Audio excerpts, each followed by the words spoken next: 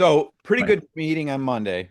Okay. It feels like early iteration of narrative for the idea that we're going to actually have a load calc Yeah. software. Yeah. Um, and the narrative is basically the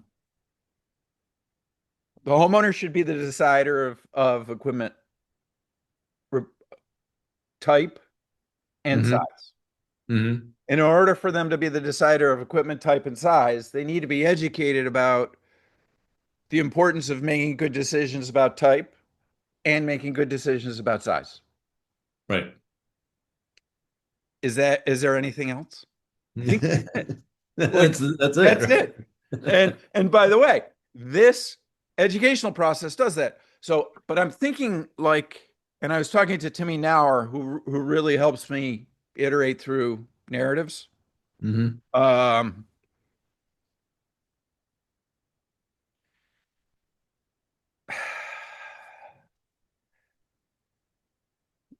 so we do have to figure out, and you and I were talking about this a little bit last week, I think.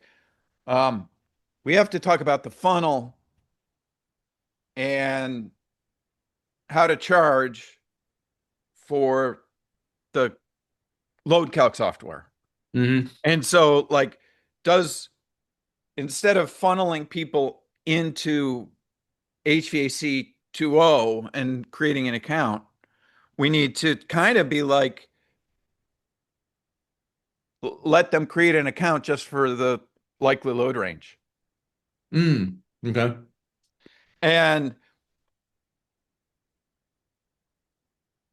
I think what I was sort of thinking this through. What are the things that they need to do to create an account for likely load range? And one of the things that you said is like, give me your email address. Because once you have the email address, no more Right. free load calcs. hmm So I love that. Um, I think one of the other steps is we really need to get so we have the homeowner pain quiz. Right. We need to iterate the contractor pain quiz. Right. Right. Exactly. The right callbacks versus margin versus whatever. Right. So we Yeah. got to figure out, and there's probably going to be eight instead of four, hmm whatever. But like, That keeps it simpler than our current thing it also. Right. keeps Yeah. it much simpler than our current thing. Plus, what it does, if there's a score, I can look at the score.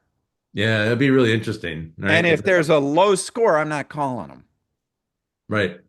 right? Because And over you, time, we'll learn. There's right. I suspect there'll be patterns, but I don't know what they are. Right. It'll be interesting. well, one of the patterns I suspect happens with people that go to the trouble to create an account is they'll start out with a low pain score, but then they'll think about it. So it's a seed plant.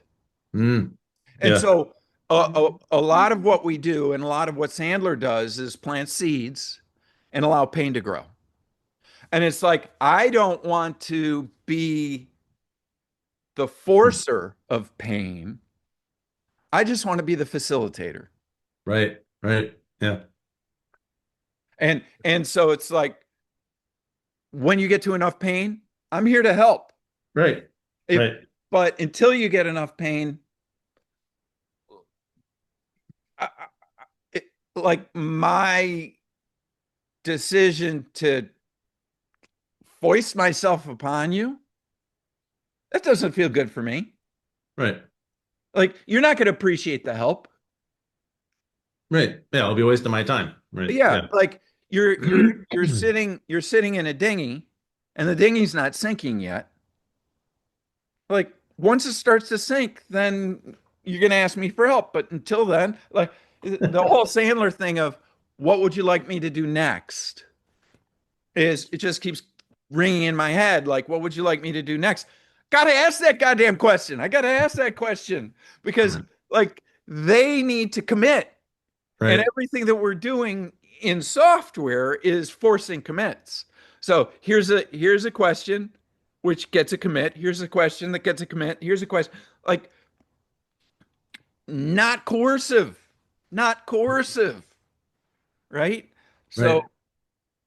you know, I see all this politics stuff and I'm like, oh, wow, they're trying to be coercive. It's just the wrong way to do it. It's just Yeah. like, no, don't do it that way. Right. It's no Like, wonder it's a problem, right? if Yeah. your argument is so good, then people will be Right. into it, Right. you know? Just continue to work on the argument. So like I continue to work on our arguments, right? Right. And Right. and then I also recognize like there are no monoliths, Mm-hmm. right? Like the HVAC industry is not a monolith. We got Uh, people at all different levels that are, you know, 100,000 contractors or whatever it is, right? There's a right. So very fragmented, right? Yeah. yeah. So all of it is like thinking about funnels, creating funnels. And this one probably is going to be our most important funnel because all these other guys are struggling with these load calc software Yeah. and they continue to struggle with this load calc software. And they Right. all think that load calc they just need a different version of this square Just, wheel. just need more precision on that, right? You Yeah. just need more precision. And it's like, no, you need to communicate lack of precision. And Right. that's a completely different, like, not coercive. I'm going to just tell you this is a lack of precision. Do you want more precision? Like, oh, you have to have more precision. You have to have more precision. No, you don't. No, you don't. It's not up to you. It's not your money, Right. right? I mean, if you want to do a whole bunch of stuff for free and then tell homeowners what their decisions have to be, first of all, you're going to have a low closing rate because homeowners don't like that. A lot of people don't like that feeling of coercion. Right. A lot of people, Right. And they well, feel it even if they, right. Yeah. you get the NPCs that like being in cults, and Hmm. that's fine, but like they're not good clients. Right. They're definitely going to hold you responsible for things that you did to them and for things that you didn't do to them because they're perpetual victims. Right. So, like, yes, I want to sell to the NPC, but Yeah. I want to have them so hard locked down on the fact that they're not the victim. Oh, you Right. remember when I asked you this and you said this? What do you want to do now? Right. Back to Sandler. Ask the question. Like Right. this is how our visit went. So I feel a lot of pressure to create this load calc software.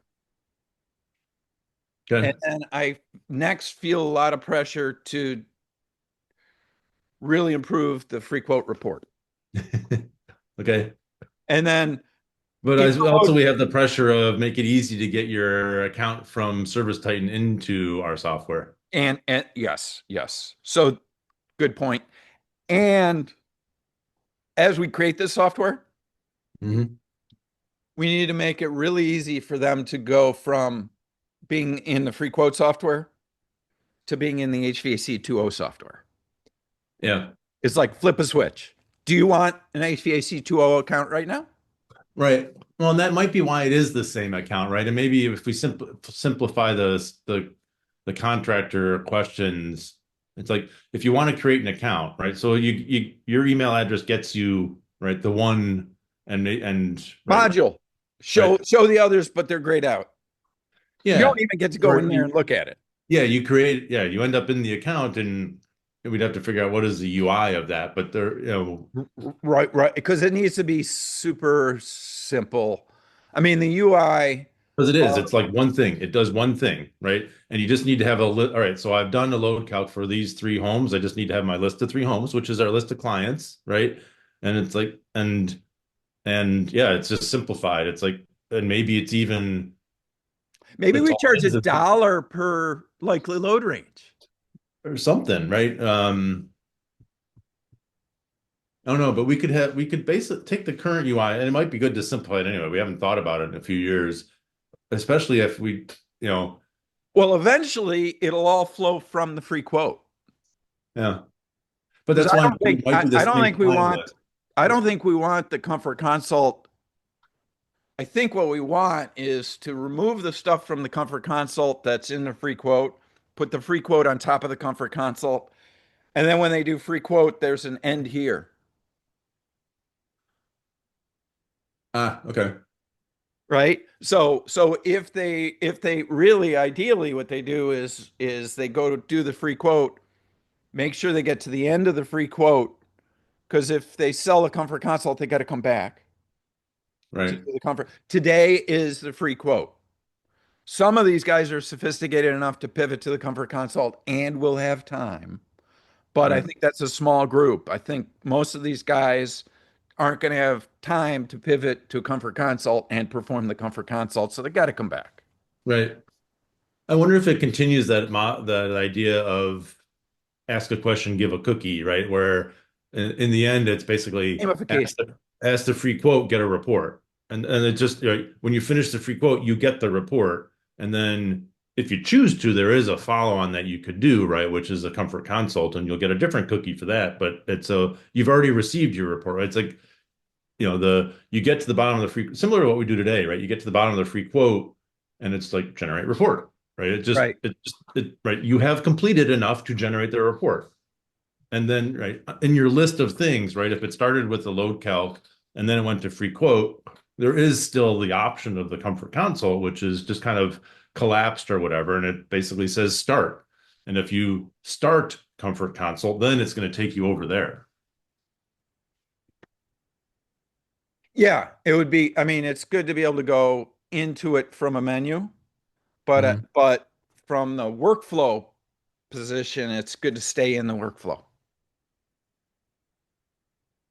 But you don't want to be able to stay, I guess, but you're saying you don't want a workflow that I'm in the free quote and I just keep going and I'm suddenly in a comfort console without having done the No, next. no, you would have a distinguishing point, Right. And what continue I'm saying is or that instead of report. having a point, what I have is the end of the page with a report, right? Or generate report.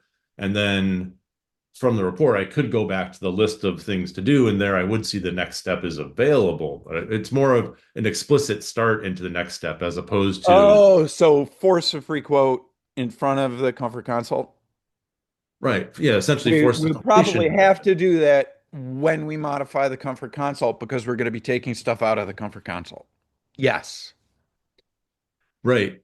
But if you, that's true. And if you do go in selling a comfort console, then yeah, I guess maybe instead of start, it's a continue or something. I don't know.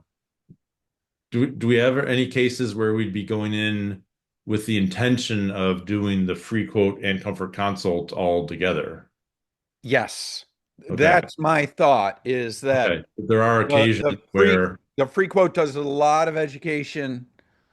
Um, plus these guys are maybe that's it. Maybe it's just, is it just the like where we have the end of the free quote, right? We basically say preview or save, I forget what the choices are. One of them could be continue comfort console, or yeah, yeah. right? Because then it's like one of the choices is not to get distracted by a report, but instead I just want to hit the button that says continue comfort console, which then essentially brings up the comfort console one having Yeah, pulled in anything it needs from the free quote and assuming you've done the free quote and now it's got everything that's left. right. And in the early point, what we could do is we could populate the things from the free quote over to the comfort consult that are Right. duplicative. And so there is a situation where comfort consults are sold. The guy goes out, hasn't done a free quote. Right. And he just starts with the free quote and continues into the Well, rest. and there are situations where the free quote is or the comfort consult is sold. He goes out and to do the comfort consult, and it gets modified to a free quote with a blower door. So Right. we need to have because a modified free quote is actually a really nice thing. It does a bunch of things. It gives the guy a lot more confidence in leaning towards the green. Right. And it gives them a lot more ability to say, we should lean towards the green because of your duct situation, but you may have comfort issues on the coldest and hottest day of the year because of envelope deficiencies. Right. What we usually advise because there are two paths here. One path is replace all your ductwork so it's sized to oversized equipment. Uh, and I came up for a couple of things associated with that to communicate to the homeowners, I think pretty effectively why they don't want to do that. Hmm. And I think I put it in general. Uh, Right. uh, Size the wrong equipment, right? so Right. you're going to have oversized ductwork, oversized equipment, particularly if you have single stage or two stage. That's likely to create comfort issues a fairly It's significant part of the time actually going to get worse instead of better, because of right? short sizing or short cycling. And a lot of people do say that when they do enclosure work, particularly if they have single stage equipment, their house gets more uncomfortable. Right. That's a recurring, we hear that a lot. This is a problem that Nate had. This is a problem that Ronnie experienced at his house because he did the enclosure work before he did his HVAC, and his house got more uncomfortable Hmm. because there was lower load, which meant shorter cycling. Right. Right. So, so there's the conversation about, and it wasn't a general. I think it was size to cooling, particularly if using two stage or single stage, Hmm. and don't oversize the duct capacity. Hmm. Very simple message. And then a load calc tells me nothing about the assumptions. A load range tells me a lot about the assumptions. Hmm.